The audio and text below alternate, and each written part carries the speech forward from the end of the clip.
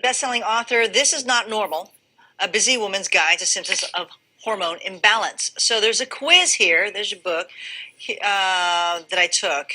Out of the 9 questions, I got 3.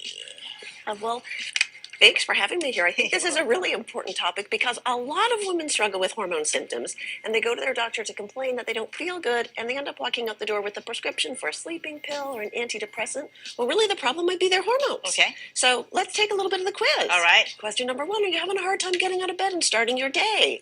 Is your energy crashing in the late afternoon? Are you irritable and snapping at your family? Are you forgetting why you walked in the room? What word do you want to say? Are you anxious for no good reason? Or have you lost interest in sex? These could all be symptoms of a hormone imbalance. Okay. All right. Let's see. And there's something about, what was another one too? Yeah. Oh, yeah. Something about the weight and the belly fat. Yeah, so a lot of women struggle with their weight and especially the belly fat. Yeah. And What age are we talking about here? Yeah, so the average age of menopause is 50, but a lot of women can start to have symptoms 10 to 15 years ahead of time. So even women in their 30s, they're not thinking about menopause, Right. but it could still be their hormones. Okay.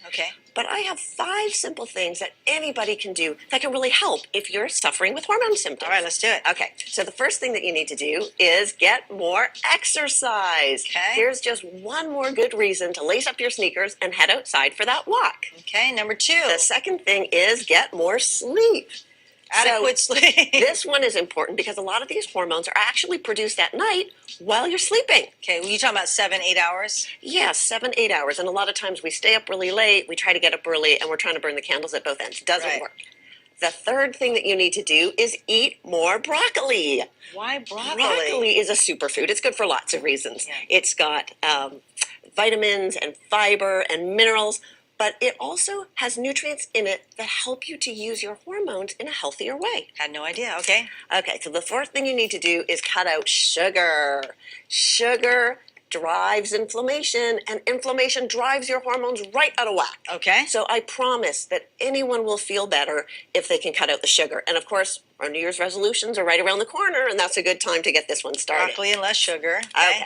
The last thing on my list here is reduce stress. So this one's sometimes easier said than done. You may not be able to cut all the stress out of your life, but there are a lot of things that you can do to decrease how stress affects you. Okay. So meditation, breathing exercises, laughter, prayer, all of those things reduce how stress impacts your hormones. And you ever notice that when you turn on the radio, let's say you're driving around doing errands, each type of music affects you very quickly. I agree. Music is something that really affects how we feel, and listening to uplifting and happy music can be a good way to reduce stress. Well, thanks. It's a start here. Dr. Deborah Matthew, thank you for doing that. Eat more broccoli, everybody. Back over to you. So Teens Tune's going to change now. You're going to do different songs and everything's going to be different? It's jazz.